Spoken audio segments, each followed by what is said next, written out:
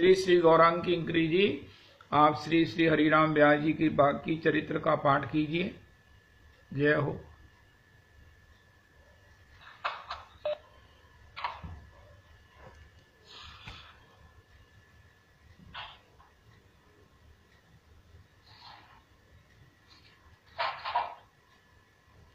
श्री सद्गुरुदेव महाराज की जय। श्री राधारमण लाल की जय।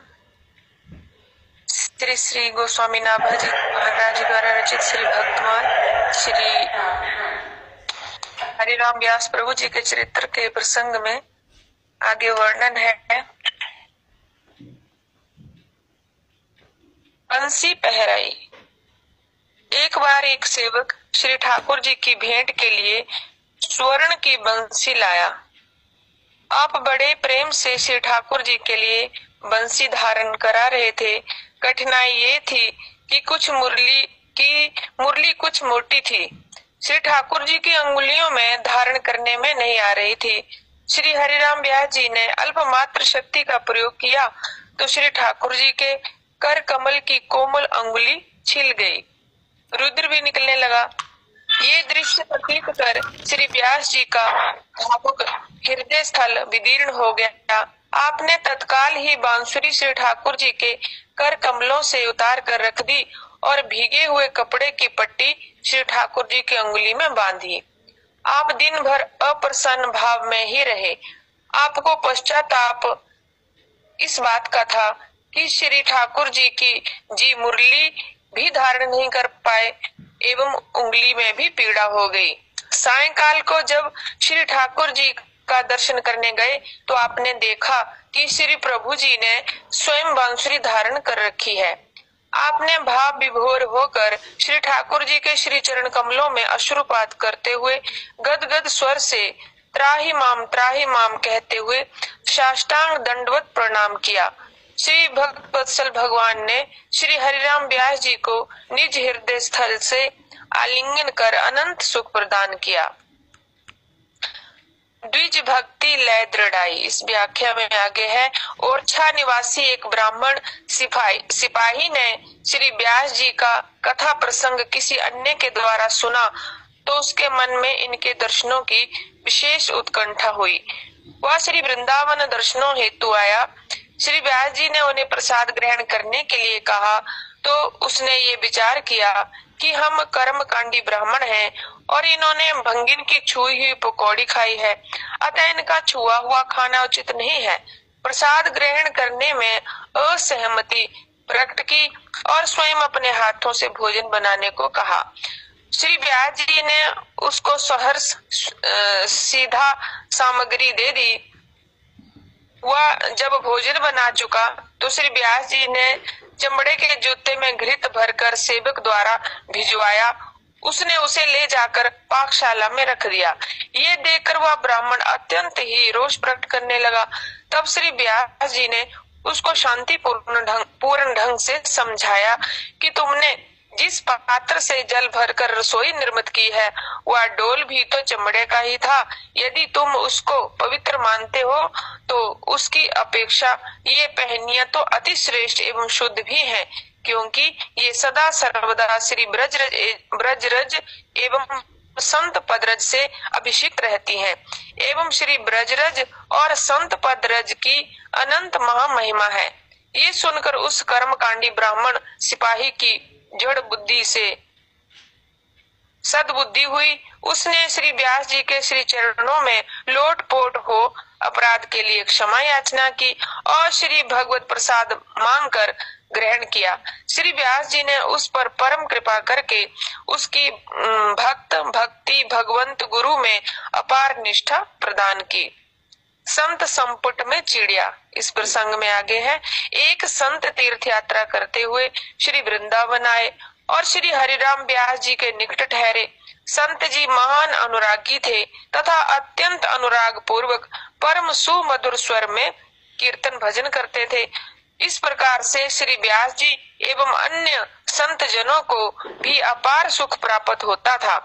कुछ समय निवास करने के पश्चात जब संत जी पुनः तीर्थ पर्यटन के लिए प्रस्थान करने की अनुमति मांगने लगे तो श्री व्यास जी ने अस्वीकार कर दिया और कहने लगे कि तुम कल परसों अमावस्या, पूर्णिमा, दशहरा, दीपावली आदि आदि समय पर चले जाना। इस प्रकार से श्री व्यास जी द्वारा कहते कहते संत जी के यहाँ पर वर्षों व्यतीत हो गए।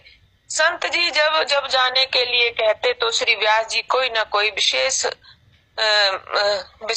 कह देते। एक दिन संत जी ने निश्चय कर लिया कि अब तो मैं यहाँ से चला ही जाऊंगा।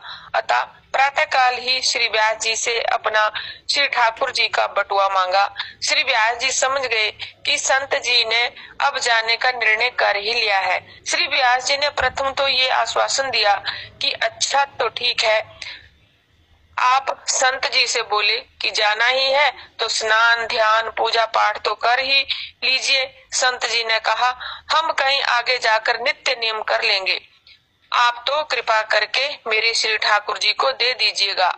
तब श्री व्यास जी ने कुंज में से एक चिड़िया पकड़कर संपुट, डिब्बिया बटुआ में रख दी। संत जी ने अपना आसन उठाया और श्री ठाकुर जी का बटुआ निज गले में डालकर भतरोड़ जाकर स्नान आदि किया।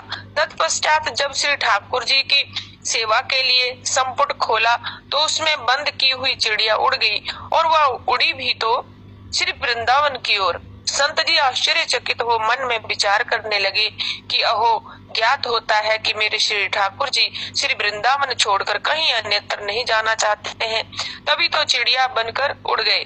निश्चय ही हमसे ये विशेष भूल हो गई। प्रभु, यदि आपकी श्री वृंदावन छोड़कर कहीं अन्यत्र जाने की स्वेच्छा नहीं थी तो आपने प्रथम में ही निषेध क्यों नहीं किया? किंतु मैं प्रथम में ही श्री व्यास जी की बात स्वीकार कर लेता तो भगवान आपको मेरे द्वारा इतना कष्ट नहीं होता। मुझ अल्पमति को प्रभु क्षमा दान दे।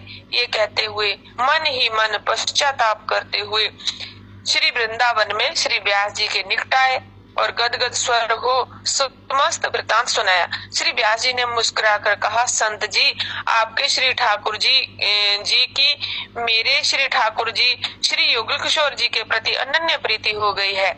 आपके एवं हमारे श्री ठाकुर जी को नित्य प्रति एक स्थान पर ही विराजमान होने से इनका प्रेम और भी परिपक्व हो गया है। किंतु संत जी, अब आप हठ पूर्वक श्री ठाकुर जी से श्री ठाकुर जी को अलग करना चाहते हैं। हरि कृष्ण चले गए हैं। फिर श्री व्यास जी निज हाथ में श्री संत जी के श्री शालिग्राम भगवान को लेकर आए एवं इनको दर्शन कराते हुए बोले कि देखिए, यही आपके श्री ठाकुर जी हैं क्या? संत जी ने अपने श्री ठाकुर जी को देखकर कहा कि हाँ महाराज, यही मेरे श्री ठाकुर जी हैं। श्री व्यास जी ने कहा कि अब इन श्री ठाकुर जी को कहीं अन्यत्र नहीं ले जाना और आप भी कहीं अन्यत्र आवागमन का विचार नहीं करना। संत जी ने श्री व्यास जी की बात स्वीकार कर आपके ही निकट निवास करने का दृढ़ निश्चय कर लिया। परंतु संत जी के मन में ये बात चिंतनीय हो गई कि श्री ठाकुर जी चिड़िया बनकर किस प्रकार से उड़ आए। अंत में एक दिन संत जी के मन में संदेह हुआ कि ऐसा तो नहीं कि व्यास जी ने ही हमारे श्री ठाकुर जी को रख लिया हो और उसकी जगह पर चिड़िया पकड़कर संपुट में बंद करके दे दी हो। संदेह दृढ़ होने पर संत जी ने श्री व्यास जी से इस विषय पर वार्ता की। तब श्री व्यास जी ने मुस्कुराकर कहा कि संत जी महाराज, आपका कीर्तन हमारे श्री ठाकुर जी एवं स्वयं को और अन्य संत जनों को अति प्रिय एवं भक्ति वर्धन कराने वाला है। अतः आपके यहाँ पर स्थायी निवास हेतु ही ये युक्ति की थी। श्री संत जी परम प्रसन्नचित हो एवं श्री हरिराम व्यास जी का श्री भगवत भक्ति युक्त प्रेम प्रतीत कर आपने श्री वृंदावन का दृढ़वास करने का संकल्प किया।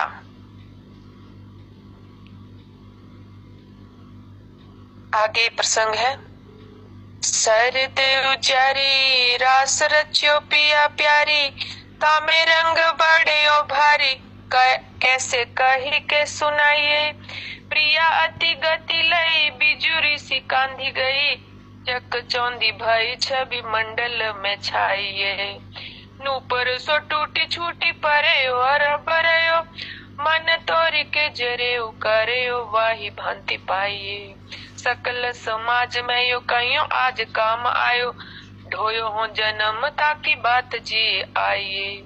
अर्थात एक बार शरद पूर्णिमा की प्रकाशमयी रात्रि के समय श्री प्रिया प्रीतम ने महारास किया।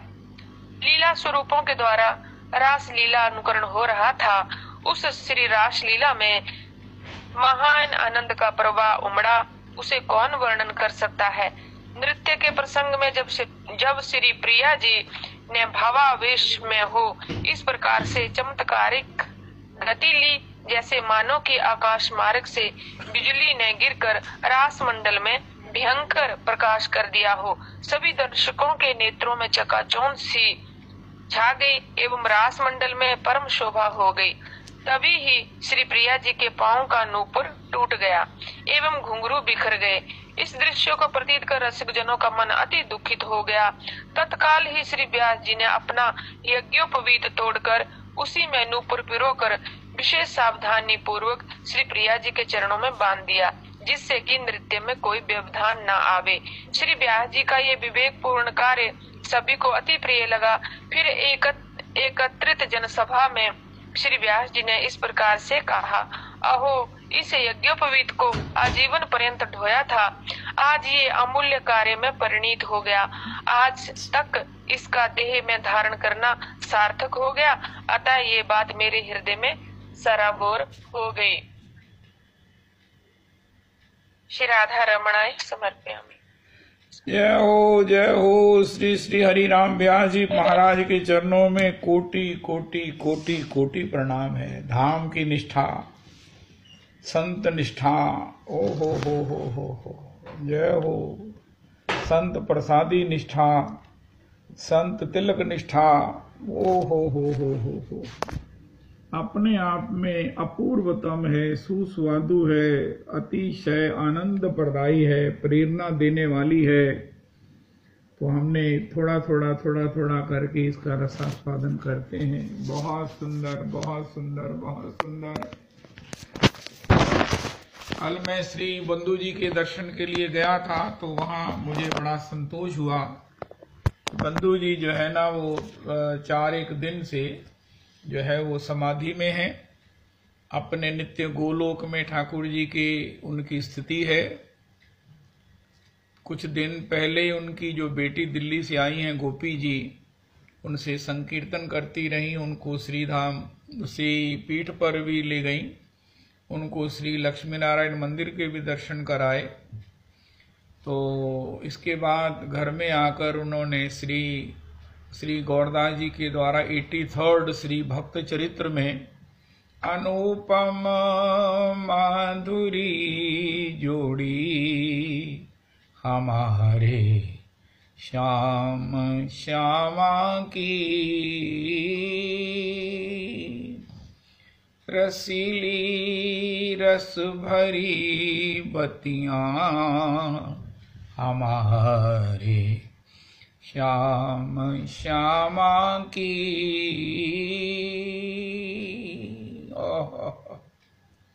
ये पद श्री बंधु जी को अतिशय प्रिय रहा। अक्सर वो गाते रहे हैं। जैसे ही उस कथा में श्री गौरदास जी ने इस पद को गाया, कटीली भौ अदा बांकी, मधुर सूरत मधुर बतियां, अहो कैसी बनी छवि है हमारी श्याम श्यामा की। परस्पर मिल के जब विचरे श्री वृंदावन की कुंजन में, नहीं बरनत बने शोभा हमारे श्याम श्यामा की।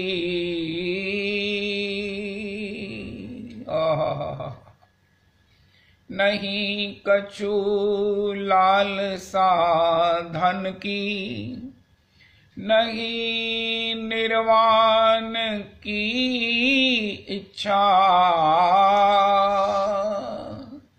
सखी श्यामा को दर्शन दया हो श्याम श्यामा की। कटिली भों अदा बांकी।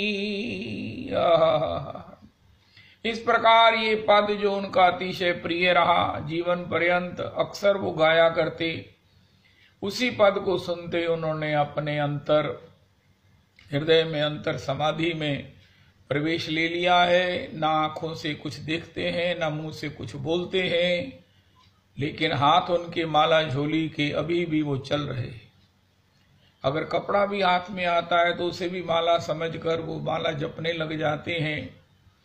बहुत ही सुंदर श्री श्री गिरिराज दासा भाजी ने उनकी इस अवस्था को, उनके बेटे को बहुत ही अच्छी स्थिति बताया है, और ये भी बताया है कि ऐसा ही महापुरुषों के साथ होता है, जिसके उदाहरण भी उन्होंने प्रस्तुत किए कि किस प्रकार महापुरुषों का इसी प्रकार गोलोक गमन होता है, जिनका आगे जन्म नहीं होता, नित्य भगवान की सेवा में, भगवान के धाम में जिनको सेवा में जाना है, लीला में जाना है, उनकी यही अंतिम स्थिति होती है कि वो अपने अंतर हृदय से, अंतर भाव से भगवान की नित्य लीला में चले जाते हैं, और बाहर का ये श्वासों का क्रम गिनती ये वो अपने आप जैसे ही निपटता है तो वो स्वतः स्वयं वो अपना यहाँ से अपना लीला संवरण करके अपने देह धर्म को पूर्ण करके नित्य भगवान के धाम को प्राप्त करते हैं।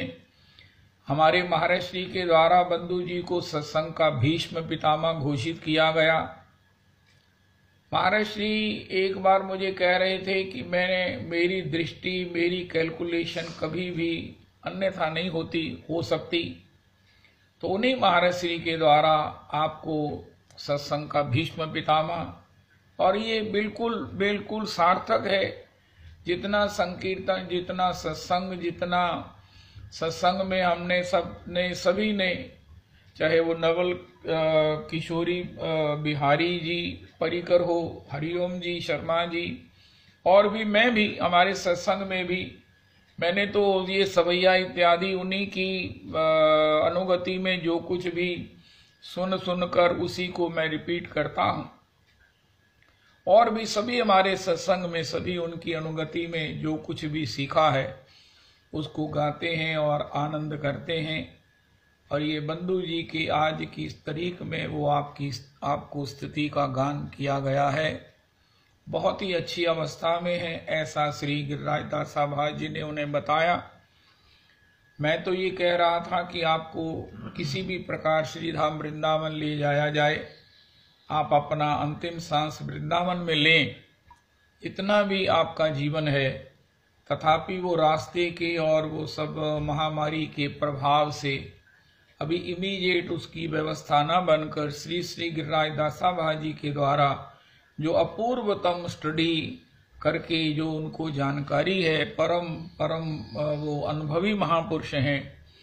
ये हमारा परम सौभाग्य है कि हमारे वो सत्संग पर, प्रत्येक वैष्णव पर वो अतिशय कृपा रखते हैं, और उन्होंने उनकी स्थिति का जो आंकलन और बताया है वो अपने आप में अन्यतम है।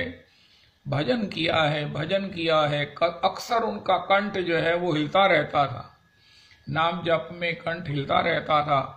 ऐसे नाम अनुरागी, नामनिष्ठ, नाम रुचिवान श्री बंधु जी के लिए, हमारे परम प्रिय बंधु जी के लिए जो है वो इस प्रकार भगवत प्राप्ति सुनिश्चित हो चुकी है। अब जैसे भगवान कृपा करेंगे वो उसकी आगे भी संपन्नता होगी। भगवान के भजन का प्रत्यक्ष जो है वो जीवन में भगवत प्राप्ति, भगवत गोलोक प्राप्ति, क्योंकि गोलोकेर प्राणधन हरि नाम संकीर्तन, अगर हमको हरि नाम संकीर्तन में रति हो गई है तो निश्चित हम गोलोक जाने के लिए क्वालिफाइड हैं, नित्य सेवा में जाने के लिए क्वालिफाइड हैं। हमको पुनरपि मातृगर्भ में उल्टे नहीं लटकना पड़ेगा। हमारा जीवन लेना परम परम सफल और परम सार्थक, ये बंधु जी के द्वारा वो कल मैंने दर्शन किया और प्रणाम है। ऐसे जीवन में सफल अपने ही बंधु, अपने ही प्रिय, अपने ही पूज्य और अपने ही आदरणीय श्री श्री बंधु जी के विषय में बहुत ही सुंदर, बहुत ही सुंदर। तो ये भी आपको निवेदन करना है। और दूसरा, एक रविदास जी ने मुझे कल चरित्र सुनाया, बड़ा ही अद्भुत, कि श्री किस प्रकार बरसाने के श्री श्री रमेश बाबा जी प्रियादास जी के साथ एक बार एक संत के दर्शन करने गए। वो संत भी महापुरुष, अति महान, प्रियादास जी ही महानतम संत हैं। प्रियादास जी ने कुछ ही लोगों को, 3-4 जनों को ही दीक्षा दी। उनकी दीक्षा में यही था कि आप अपने जीवन में एक पैसा भी नहीं रखेंगे, पैसे को हाथ नहीं लगाएंगे। और इसी को केवल श्री श्री रमेश बाबा जी ने, बरसाने वालों ने, और श्री श्री हमारे यहाँ वृंदावन में चाचा जी इत्यादि 2-4 संतों ने ही इसकी आज्ञा को माना और उनको दीक्षा मिली। श्री प्रियादास जी श्री श्री पंडित जी महाराज की अति निकटवर्ती थे, बहुत पंडित जी महाराज जी से स्नेह करते थे। पंडित जी महाराज गौड़िया थे और श्री प्रियादास जी निम्बारकी थे। तो प्रियादास जी के विषय में महाराज श्री हमारे कहते हैं कि गिरिराज जी की तरहटी में रज पर ही प्रियादास जी सत्संग करते थे। मैं, करपात्री जी, श्री लक्ष्मण किलाधीश, श्री श्री सीताराम शरण जी और भी जो हैं, खंडानंद जी भी उनके सामने बैठकर भगवत कथा का श्रवण करते थे। ऐसे श्री महानतम विभूति प्रियादास जी के साथ बाबा कह रहे हैं, मैं उनके दर्शन के लिए गया एक महापुरुष के। तो वो महापुरुष वृद्ध होने पर भी वो कुएं से बाल्टी से जल ले रहे थे। बड़ी कठिनता से धीरे धीरे हो रहा था। तो प्रियादास जी ने कहा, बाबा लो मैं जल निकाले देता हूं। उनका नहीं नहीं, मैं अपने आप कर लूंगा। प्रियादास जी के मन में आया कि शायद मैं निम्बारकी हूं और ये श्री संप्रदाय से हैं, शायद इसीलिए मेरे से संकोच करते होंगे।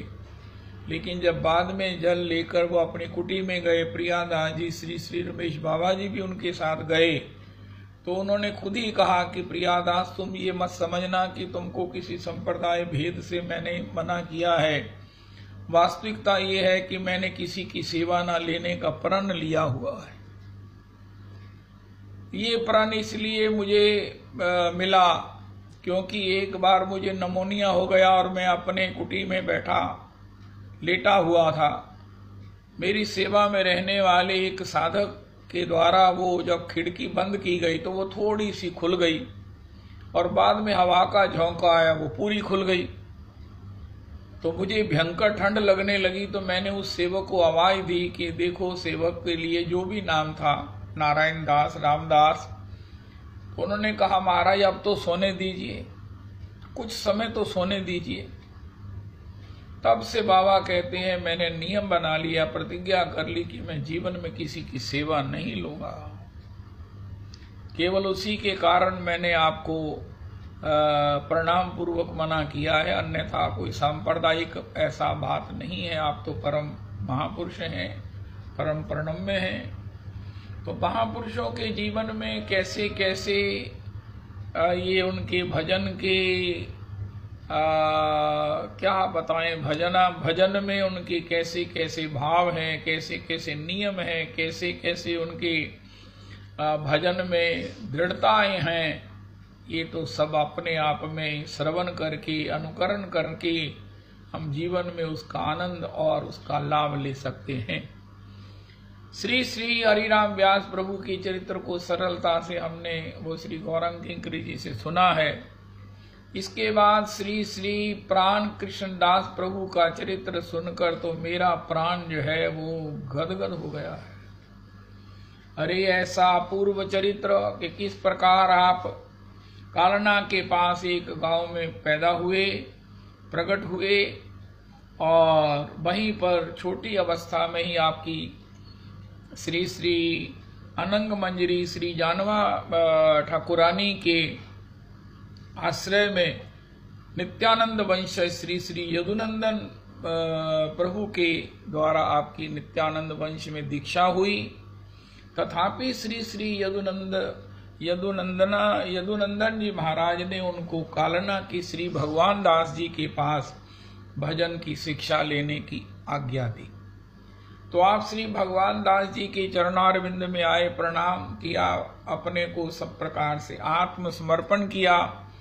भगवान दास जी भी इनको प्राप्त करके इनमें दैन्यता, इनमें भक्ति की उस योग्यता, भक्ति की उस पात्रता इत्यादि दर्शन करके अतिशय प्रसन्न हुए और ये श्री भगवान दास प्रभु के पास रहकर उनसे भजन की सब प्रकार से शिक्षा लेने लगे। श्री श्री हमारे परमाराध्य गुरुदेव की प्रभु की एक एक्सक्लूसिव एक झांकी है, कैलकुलेशन है कि जीवन 4 भागों में डेवलप होता है। आध्यात्मिक जीवन की 4 अवस्थाएं हैं। एक परम अवस्था है, जब हमारा जन्म होता है तब हमें माता की जरूरत होती है। कोई विकल्प नहीं है, बच्चे को माता चाहिए। माता के बिना बच्चे का पोषण नहीं हो सकता। महाराज जी तो कहते हैं कि माता प्राइम मिनिस्टर बन सकती है, एयर चीफ मार्शल बन सकती है, बैरिस्टर बन सकती है, लेकिन एक पिता जो है वो बच्चे का पालन पोषण कर सके, ये नहीं हो सकता है। एनीवे, माता की आवश्यकता का कोई विकल्प नहीं है। अब माता ही चाहिए। अब दूसरी अवस्था आती है कि अब इसका विवाह होना चाहिए। कोई विकल्प नहीं है, एक्सेप्शंस की बात चाहे कर दीजिए। श्री कपिल भगवान ने माना ही नहीं कि प्रकृति और पुरुष अलग रह सकते हैं। तो अब शरीर को शरीर चाहिए, अब इसका विवाह होना चाहिए। लड़के का लड़की से, लड़के का लड़के से। महाराज श्री तो यहाँ तक कहते हैं कि तुम अनावश्यक बच्चों को डांटते रहते हो, शासन करते हो, वहां नहीं जाना, वहां नहीं देखना, वहां क्यों गए, उनका क्यों नहीं लड़के को अच्छी सी बोटी ला देते और लड़की को अच्छा सा वर ला देते। इसी प्रकार हमारी चित्तवृत्ति है, हम कहें इसको वहां से बचाओ, वहां से बचाओ। अगर कृष्ण को अनुराग करके कृष्ण को अपनी श्रद्धा से वर्ण कर लें, तब इसकी प्रत्येक चंचलता जो है वो भक्ति हो जाएगी। एनीवे, अब बच्चे का विवाह होना चाहिए। कोई कहे मैं विवाह नहीं कराऊंगा, महाराज जी तो इसको स्वीकार नहीं करते। अब तीसरी अवस्था है कि आत्मा को आत्मा की जरूरत फील हो। देखो, जैसे होता है ना कि अब शरीर को शरीर चाहिए, माता चाहिए बच्चे को, इसी प्रकार आत्मा को आत्मा की जरूरत फील होनी चाहिए। कोई विकल्प नहीं है। आत्मा की आत्मा का मतलब ये है कि हमारा जो नित्य स्वरूप है, निज स्वरूप है, उसको किसी संत के संग की प्राप्ति हो। अब हम सत्संग करें, 40 से ऊपर ये निश्चित हो जाना चाहिए। हमने अगर कितने भी समय भजन नहीं किया, हम ऐसे ही डोल रहे हैं, तो 40 के बाद वो अवश्य हो जाना चाहिए कि अब हम कृष्ण कथा सुने, अब हम सत्संग में जाएं, अब हम बिहारी जी का, राधारमन जी का दर्शन करें, हम भी श्री राधारमन जी की पत्तल पाने का सौभाग्य प्राप्त करें। अरे गिरिराज जी की परिक्रमा करें, बड़ा मन कर रहा है। श्री श्री गैबर वन की परिक्रमा करें। अरे वैष्णवों के पास बैठे, वैष्णवों के साथ जो है वो यात्रा करने जाएं, इनके संकीर्तन को सुने। ये एक तीव्र इच्छा हो जानी चाहिए। महाराज श्री कहते हैं कि अगर कोई कहे मैं विवाह नहीं कराऊंगा, तो इसका मतलब ये है कि वो बीमार है और उसका ठीक तरह से पालन पोषण नहीं हुआ। इसी प्रकार अगर 40-45 तक किसी को कृष्ण कथा सुनने की, वैष्णव संग करने की, वृंदावन में परिक्रमा इत्यादि करने की इच्छा नहीं होती, तो उसका जीवन धर्ममय नहीं बीता। जिसका जीवन धर्ममय बीता है, धर्म की फलश्रुति उसको कृष्ण कथा की 40 के बाद निश्चित अपेक्षा होगी। वो अब तड़पेगा कि हाय हाय, मैंने जीवन में बहुत कुछ कर लिया, शादी हो गई, आबादी हो गई, सब कुछ हो गया, अब मैं क्या करूं उनका, मैं अब कृष्ण कथा सुनूं। मेरा बड़ा मन है मैं जैसे भी हो मैं श्रीधाम वृंदावन जाऊं। ये तृतीय अवस्था है कि आत्मा को आत्मा की जरूरत फील हो, हम सत्संग करें, हम कृष्ण कथा सुने, हम हरि नाम करें, हम दीक्षित हो, मस्तक पर तिलक लगाएं, स्टेंसिल सबको मिल चुके हैं, माला झोली से कृष्ण नाम लें। और चौथी अवस्था भी आ जानी चाहिए कि जब आत्मा को परमात्मा की जरूरत फील हो, उसके बिना काम ना चले।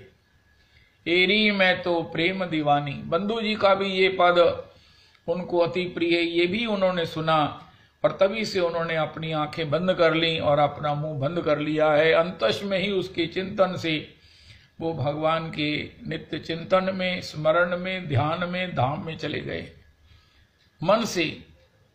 तथापि शरीर की क्रियाएं तो हो रही हैं। तो एरी मैं तो प्रेम दीवानी, मेरा दर्द न जाने कोई। ये आत्मा को परमात्मा की जरूरत फील हो। हम सब लोग तृतीय अवस्था में हैं कि आत्मा को आत्मा मिल गई है, सत्संग मिल गया है, दीक्षा हो गई है, नाम मिल गया है, लेकिन चतुर्थ अवस्था भी प्राप्त होनी है। श्री श्री प्राण कृष्णदास प्रभु को, श्री श्री भगवान दास प्रभु की संगति में चतुर्थ अवस्था प्राप्त हो गई। श्री भगवान दास जी के चरणों में रहकर श्री श्री गौरदास जी कहते हैं, भैया देखो, संत के संग में रहकर, संत के आश्रय में रहकर, संत के उस चरणों में आत्मसमर्पण से किसी को निश्चित ही भगवत प्रीति प्राप्त होती है, होनी चाहिए। अगर नहीं होती, कोई ये कहे कि हम इतना सत्संग करते हैं, इतना भजन करते हैं, इतना सब प्रकार से धाम भी जाते हैं, लेकिन अभी तक हमारे में कोई परिवर्तन नहीं हुआ, हालत पहले से भी ज्यादा खराब है, तो श्री श्री गौरदास जी कहते हैं, प्रभु जी इसका सीधा सा मतलब है दुस्संग कर रहे हैं, आप दुस्संग कर रहे हैं। दुस्संग का तात्पर्य आंखों से कुछ ऐसा देख रहे हैं जो आपकी मंजिल के अनुकूल नहीं है, आपके इस भक्ति के उस पथ के अनुकूल नहीं है। कानों से किसी की निंदा या आक्षेप इत्यादि सुन रहे हैं, उसमें रस ले रहे हैं जो आपकी भक्ति के अनुकूल नहीं है। मुंह से कुछ ऐसा बोल रहे हैं, खा रहे हैं जो आपकी भक्ति के अनुकूल नहीं है। कुछ भी आप ऐसा स्पर्श कर रहे हैं, स्पर्श करना चाहते हैं, कुछ ऐसे को स्पर्श करना चाहते हैं जो बिल्कुल आपके स्वरूप के अनुकूल नहीं है। आप वहां चले जाते हैं, वहां जाना चाहते हैं जो आपकी स्वरूप के अनुकूल नहीं है। ये ही दुस्संग है। जब तक ये दुस्संग रहेगा, उससे जो दबा हुआ प्रारब्ध है, जो बेचारा सिमटा हुआ प्रारब्ध है, जो डरा हुआ प्रारब्ध है, वो दोबारा जो है वो ताकतवर हो जाता है। फिर हम कहते हैं कि नहीं, प्रारब्ध जब तक गलेगा नहीं, अरे कुछ नहीं होगा। लेकिन वो तो बेचारा उसी समय निर्जीव हो गया था जब हमने कृष्ण नाम लेने की इच्छा मात्र की थी।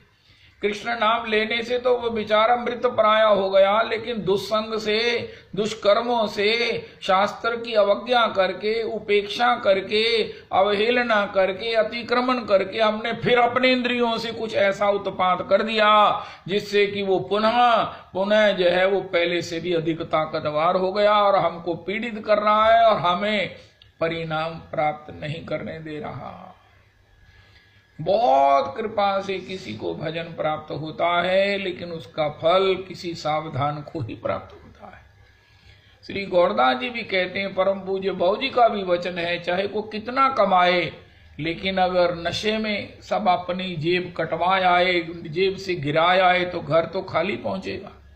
इसी प्रकार गौरदास जी कह रहे हैं कि हमने दुकान पर काम किया, हमको कुछ आमदन भी हुई, लेकिन हमने लापरवाही में क्या देखना है, क्या बोलना, कहाँ जाना, कहाँ नहीं जाना, इसकी लापरवाही की तो हम उस प्राप्त को सबको खो देंगे, जिसका परिणाम क्या होगा, फिर वही प्रॉब्लम रहेगी। अरे बहुत देर हो गई, अभी तक हमारा बना कुछ नहीं है, जबकि हम सब जानते हैं कि हमारा बना क्यों नहीं है।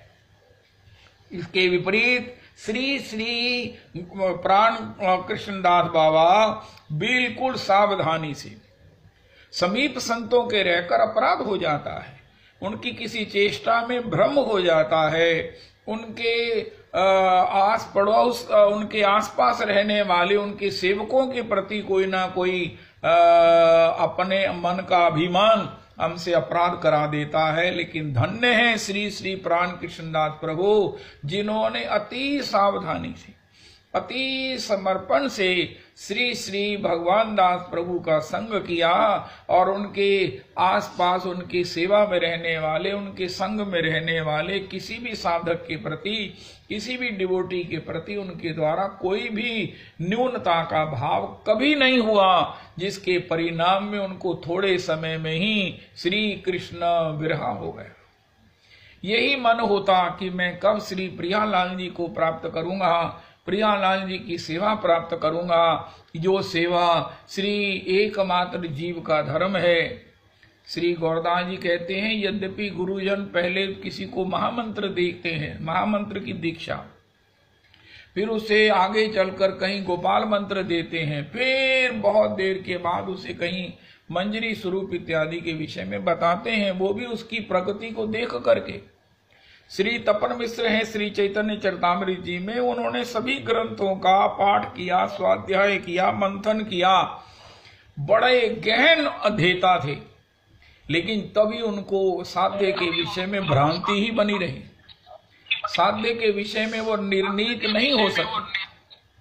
तब उन्होंने आकाशवाणी सुनी, जिसमें कहा गया कि तुम काशी जी में चले जाओ, वहां श्रीमन महाप्रभु जी से अपनी जिज्ञासा करना कि जीवन का साध्य क्या है, जीवन का परम लक्ष्य क्या है, जिसको एक बार प्राप्त करने के बाद कुछ प्राप्त करना बाकी ना रह जाए, जो सार्वभौम हो, जो पूर्ण आनंदमय हो, जो पूर्ण रसमय हो, जो सब प्रकार से सर्वमान्य हो, संतों ने भी जिसका सेवन किया हो, संत भी जिसके लिए प्रयासरत हो, वो साध्य श्री श्री के विषय में वो श्री भगवान दास जी के आश्रय में श्री श्री प्राण कृष्णदास जी ने प्राप्त कर लिया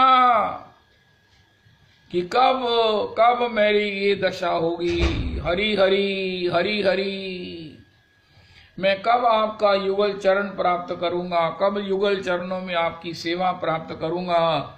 श्री श्री भगवान दास जी के आश्रय में ऐसा सटीक भजन हुआ श्री श्री प्राण कृष्णदास जी का, थोड़े समय में ही वो इसमें निपुण हो गए। अब जब श्री श्री भगवान दास जी ने देखा कि अरे इनकी तो चतुर्थ अवस्था, इन आत्मा, शुद्ध आत्मा को, विशुद्ध आत्मा को परमात्मा की प्राप्ति की तीव्र लालसा हो गई है, अन्य सब लालसाएं उसमें शांत हो गई हैं, कोई लालसा नहीं है, एकमात्र ये इसी के लिए चिंतन में रहते हैं, स्मरण में रहते हैं, रुदन करते हैं, पुकार करते हैं और भजन करते हैं।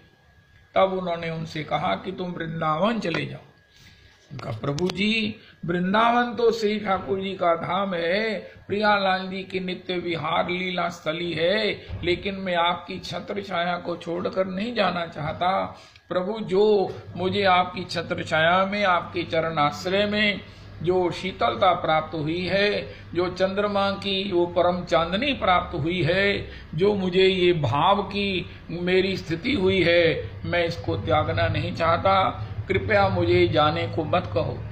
तो श्री श्री भगवान दास जी ने कहा, जो छत्र छाया, जो चांदनी का प्रकाश तुझे मेरे पास प्राप्त है, वो वृंदावन में भी प्राप्त होगा, क्योंकि वृंदावन में मेरा है तो वो शिष्य, लेकिन वो कतई मुझसे कम नहीं है, उसका नाम है जगदीश दास। उसकी नित्य लीला में स्थिति है, वो नित्य मुझे भगवत सेवा में ही मिलता है मंजरी स्वरूप में।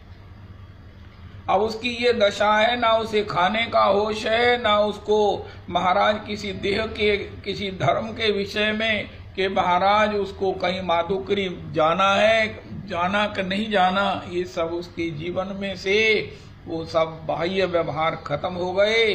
वो केवल मात्र भाव राज्य में रहता है और उसकी बहुत प्रगाढ़ उसमें स्थिति। तुम वृंदावन चले जाओ, तुम्हें बिल्कुल नहीं लगेगा।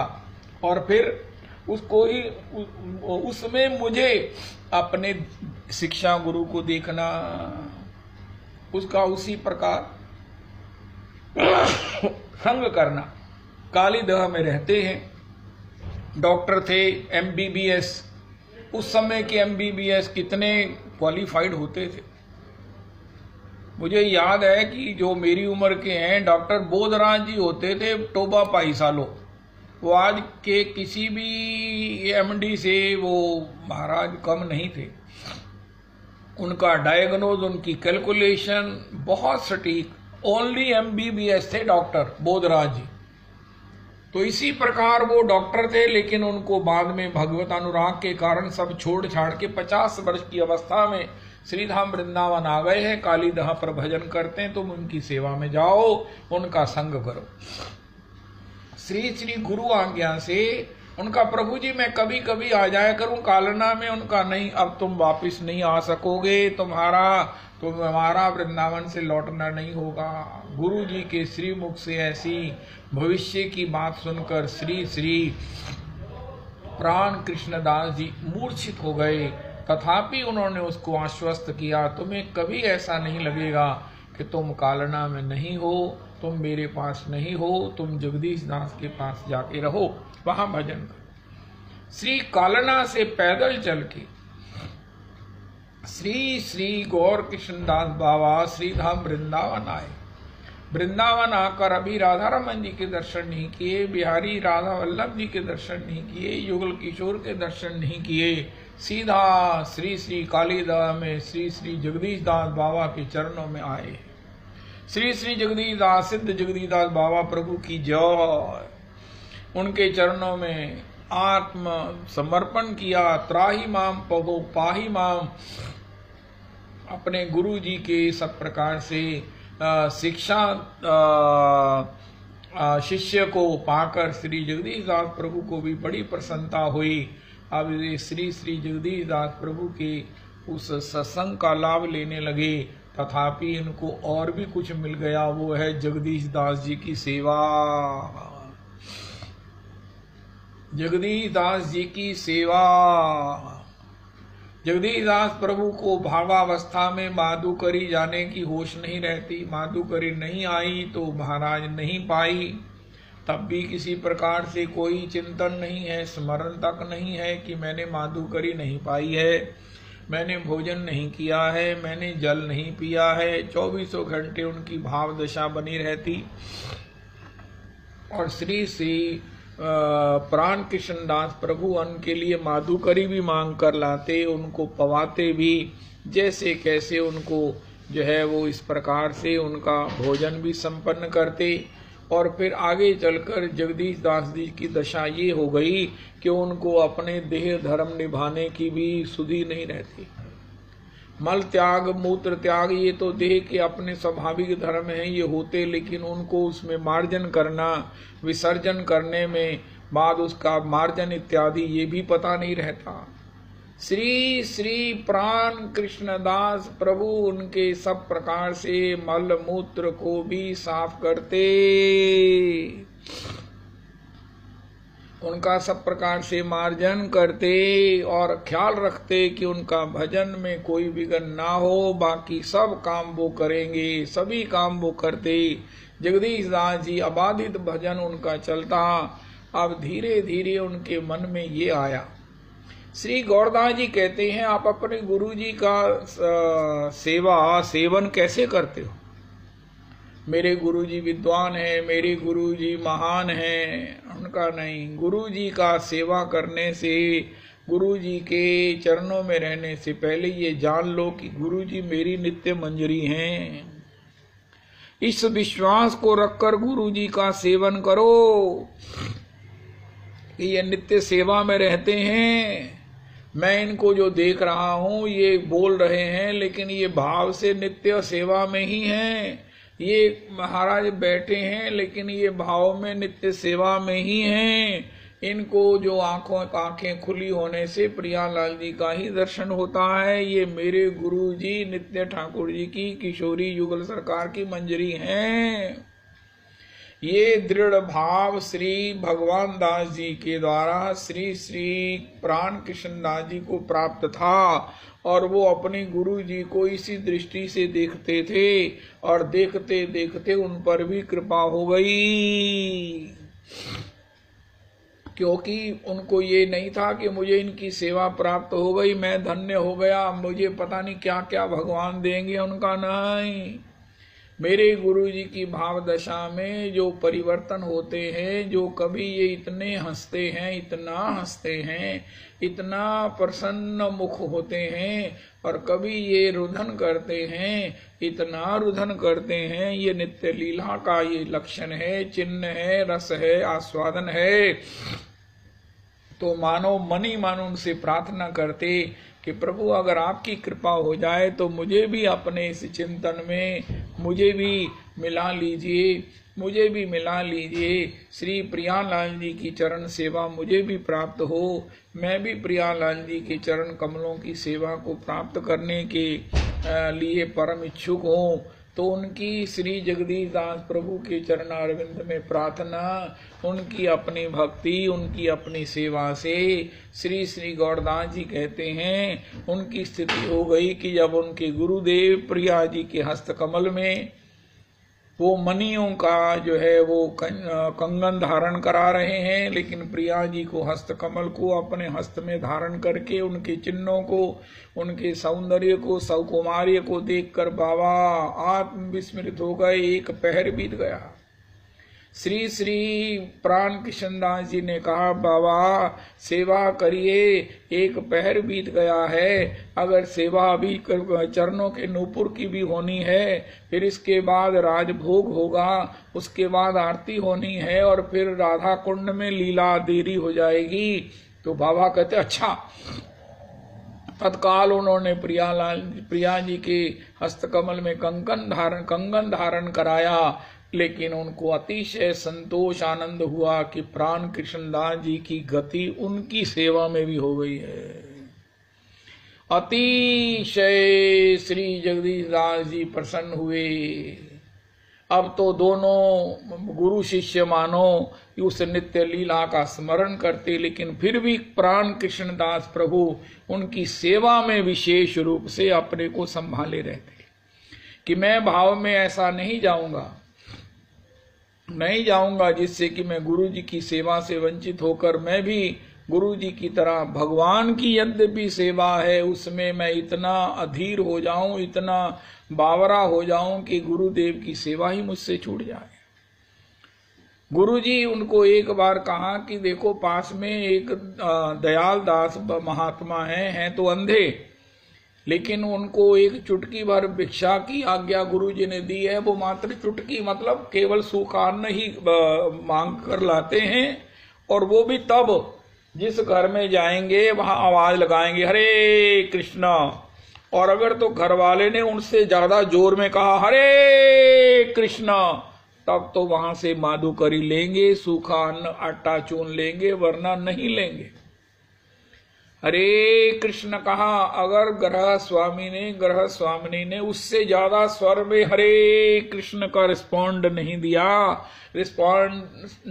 किया तो बाबा आगे चले जाते थे। वो सूरदास लेकिन कृष्ण कथा करते, इतनी मधुर कथा करते कि श्रोता मुग्ध हो जाते। जब पढ़ा नहीं जाता है तो कथा कैसे करते। एक उनका शिष्य था श्रोता, वो पाठ पढ़ता और बाबा उसका अर्थ करते। दीनदयाल जी के प्रतीक श्री जगदीश दास जी को उनके स्वरूप का, उनकी स्थिति का बड़ा ज्ञान था, बड़ी श्रद्धा रखते थे, लेकिन जगदीश दास जी की सेवा वो नहीं लेते थे, क्योंकि जगदीश दास जी आयु में बड़े थे तब श्री जगदीश दास जी ने आग्रह करके दीनदयाल जी को मना कर श्री श्री प्राण कृष्ण दास जी की सेवा के लिए मना लिया। बाबा इसकी सेवा ले लिया करो, ये चून मांग कर भी लाया करेगा तो आपके लिए वो बनाकर आपके ठाकुर जी को भोग भी लगाया करेगा। दीनदयाल जी जगदीश दास प्रभु का ये आग्रह नहीं त्याग सके। श्री श्री गौरदास जी कहते हैं किसी को एक के साथ दो काम करने पड़ जाएं तो वो कहता है अरे, या दूसरे भी कहते हैं हाय हाय तुम्हारी भी कोई जिंदगी है, तुमको एक नहीं दो दो महाराज महात्माओं की सेवा का जो है वो काम बढ़ गया, तुम्हारी भी तो कोई पर्सनल लाइफ है। नहीं नहीं नहीं नहीं नहीं, नहीं। श्री श्री प्राण कृष्ण दास जी इतने गदगद इतने गदगद इतने गदगद कि उनकी सेवा के निष्ठा से सेवा से उनके हृदय में उनके सामने प्रियालाल जी प्रकट होते। प्रियालाल जी स्फूर्ति नहीं साक्षात उनको कहते प्रभु जी मैं आपकी सेवा नहीं कर सकता हूं, मेरे से आपकी सेवा नहीं होएगी। उनका प्रियालाल जी कहते तो क्या तू वृंदावन में हमारे लिए नहीं आया, क्या तो हमारी सेवा नहीं चाहता है। उनका मैं आप ही की सेवा के लिए आया हूँ, सेवा चाहता हूँ, लेकिन जब तक मेरे वृद्ध गुरुद्वय मेरे सेवा मैं उनकी सेवा में हूँ मैं आपकी सेवा नहीं कर सकता। उनका उनकी भी करो हमारी भी करो। उनका महाराज आपकी सेवा करूंगा तो मैं तो बावरा हो जाऊंगा, मैं तो महाराज किसी काम का नहीं रहूंगा। आपके दर्शन से सब लोग बावरे हो जाते हैं तो गुरुद्वय की सेवा छूट जाएगी। भगवान ने कहा रविदास जी ये पंक्ति मुझे इतनी पसंद है, इतनी आनंद देने वाली है। प्रियालाल जी ने कहा अच्छा प्राण हम तब आ जाए करेंगे जब तू फुर्सत में हुआ करेगा, सेवा से फुर्सत में होगा। उनका नहीं, उनका अच्छा फिर कब आवे। उनका जब ये मेरे वृद्ध गुरुद्वय आपकी नित्य सेवा में लीला में आ जाएंगे, धाम में आ जाएंगे, तब मैं आपको आपकी सेवा के लिए अपने को समर्पित करूंगा। प्रियालाल जी अतिशय प्रसन्न हुई। ऐसे प्राण कृष्णदास जी हैं। योगिया ध्यान धरे जिनका तपसी तन गारी के खाकर रमावे। ये चारों ही वेद न पावे भेद, बड़े त्रिवेदी ही नहीं गति पावे। स्वर्ग मृत्यु पाताल में जाको नाम लिए ते सभी सिरुनावे। ताही अहीर की छोहरिया छचिया भरी छाछ पे नाच नचावे। ये संत की सेवा का सब प्रकार से निष्ठा से सेवा का, और कोई भी सेवा छोटी से छोटी सेवा को सेवा के रूप में करने से प्राण कृष्णदास जी के सन्मुख प्रियालाल जी प्रकट होते और श्री प्राण कृष्णदास जी कहते अब मुझसे आपकी सेवा नहीं बन पाएगी, आप मताया करो। ये शब्द गौरदास जी ने कहे, जियालाल जी ने मुझे बताया, वो भक्तमाल उनके पास है जिसमें ये चरित्र लिखा है। महाराज आप मेरे सामने मताया करो, मेरे सन्मुख मताया करो, मेरी आंखों के सामने मत प्रकट हुआ करो। उनका क्यों तू हमारे लिए नहीं आया, तू हमारे लिए भजन नहीं कर रहे हो है। गौरदास जी ने तो ब्रज भाषा में बड़ा मधुर कहा। उनका हाँ मैं कर रहा हूं, लेकिन जब तक मुझे ये गुरुद्वय वृद्ध गुरुद्वय की सेवा प्राप्त है तब तक मैं आपकी सेवा नहीं कर सकूंगा। तब आना जब ये नित्य अपनी लीला संवरण कर लेंगे। ये प्रियालाल जी को अतिशय प्रसन्न करने वाले इनके शब्द थे। अब श्री बाबा उनकी सेवा करते प्राण कृष्णदास जी। अब धीरे धीरे श्री श्री जगदीश दास प्रभु वृद्ध हो रहे हैं। प्राण कृष्णदास जी उनके कुटी के बाहर तब रास्ता सब कच्चा होता था। श्री बिल्कुल परिक्रमा मार्ग में ही है काली दह, जहां पर जगदीश दास जी का भजन मंदिर है, भजन कुटी थी। श्री प्राण कृष्णदास जी उसके दूर दूर तक बुहारी कर देते। पहले जल का छिड़काव करते ताकि उसकी धूली उड़कर बाबा को डिस्टर्ब नहीं करे, बाबा की आंखों में न चले जाए। पानी का प्रोक्षण करके फिर उसका सब प्रकार से बुहारी करते। जगदीश दास जी के चतुर्थी का उस आश्रम की बुहारी करते हुए उन्हें कई बार ये लगता कि अभी वो निकुंज में मार्जनी कर रहे थे। उनको मंजरी स्वरूप में मार्जनी करने का अपने ही भीतर दर्शन हो गया। अब तो ये अक्सर होने लगा। अब आगे थोड़े दिन के बाद श्री श्री प्राण कृष्ण दास जी को अनायास ही नित्य लीला का स्मरण बन गया कि इस समय प्रियालाल जी कहाँ हैं, इस समय प्रियालाल जी की कौन सी लीला हो रही है, इस समय प्रियालाल जी की किस प्रकार से सेवा में जो है वो मंजरी वृंद सेवा कर रही हैं, इस प्रकार उनको कैसे गान करके रिझा रही हैं, इस प्रकार प्रिया जी ने कौन सी मंजरी को आज्ञा करी है नृत्य करने की, कौन सी मंजरी को फलां सेवा की, ये उनके चिंतन में बना रहता। श्री गौरदास जी कहते हैं चिंतन में नित्य स्फूर्ति और गुरुजनों की सेवा। श्री श्री प्राण कृष्णदास प्रभु को ये सौभाग्य प्राप्त हुआ। संध्या को श्री जगदीश दास जी प्रभु बाहर बैठ जाते आश्रम के बाहर, तो वहां दर्शनार्थी आते, जिज्ञासु आते, पैसा छोड़ जाते। एक पास में ढोंगी महात्मा भी थे, उन्होंने भी अपनी समाधि लगा ली, वो भी बाहर बैठ जाते कि जब जगदीश दास जी के यहाँ पैसे देने आएंगे तो कुछ पैसे हमें भी लोग दे जाएंगे। लेकिन लोग तो जगदीश दास जी का दर्शन करके चले जाते, इनको कुछ नहीं देते। तो फिर ये क्या करते, जगदीश दास जी जब भीतर चले जाते, प्राण कृष्ण दास जी को तो कोई था नहीं कि कोई क्या देगा, तो ये उठा के ले जाते। तो ठीक है, ले जाते तो कितनी अच्छी बात है।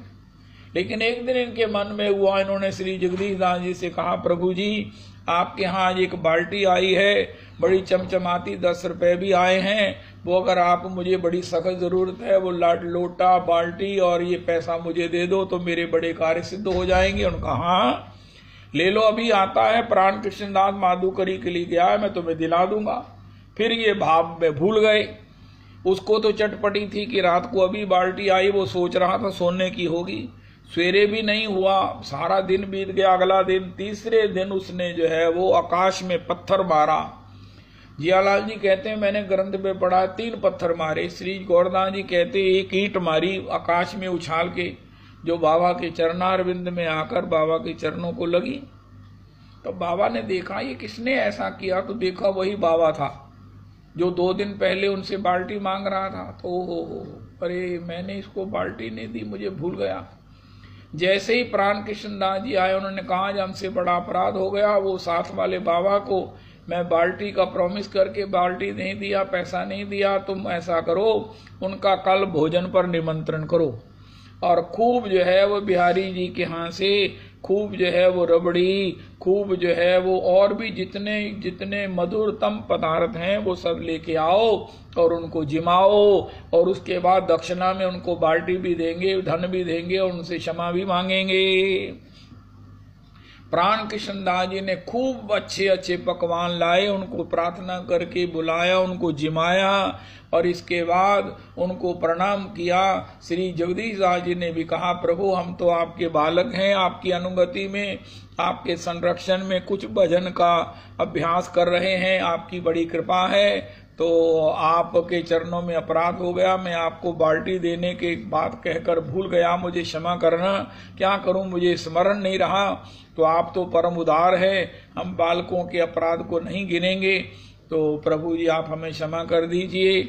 तो इस प्रकार, और प्रभु जी एक प्रार्थना और है, हम तो माया के अधीन हैं, माया से हमारा कोई जोर नहीं है, हम बहुत डरते हैं कि कहीं किसी प्रकार से ये आने वाली भेंट इत्यादि ये माया हमें कहीं विचलित न कर दे, हमें कहीं भ्रमित न कर दे, हमें अपने पास में कहीं हमारा भजन न छुड़ा दे।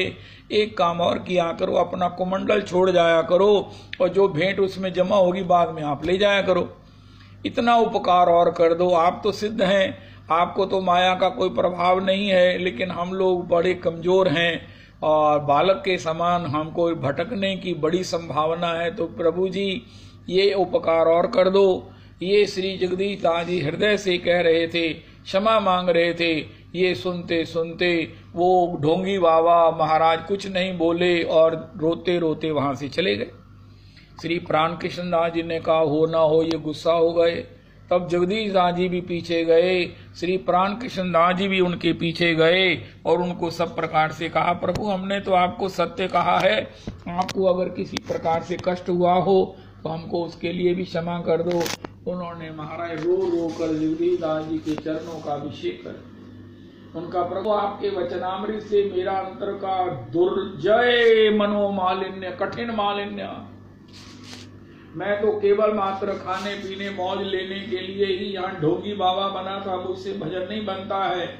मैंने तो ये सब ड्रामा इसलिए किया था कि आपके यहाँ जो भेंट आएगी उससे मैं अपना खूब खाऊं पीऊंगा मौज करूंगा, लेकिन अब आपके वचनामृतम से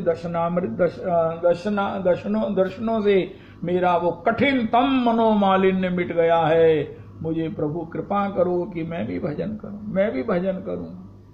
अब मुझे कोई बाल्टी कोई धन नहीं चाहिए, मैं भी भजन करूं, मैं भी भजन करूं। जगदीश दास जी ने उस पर कृपा किया और वो ढोंगी बाबा भी भजन करने लगा। श्री श्री इस प्रकार श्री प्राण कृष्ण दास प्रभु जो है वो अपने दोनों वृद्ध गुरुद्वय की सेवा में सब प्रकार से अतिशय आनंदित रहते। नित्य लीला का स्वाभाविक चिंतन बना रहता और उनका इस प्रकार का सेवा का कर्म चलता रहा।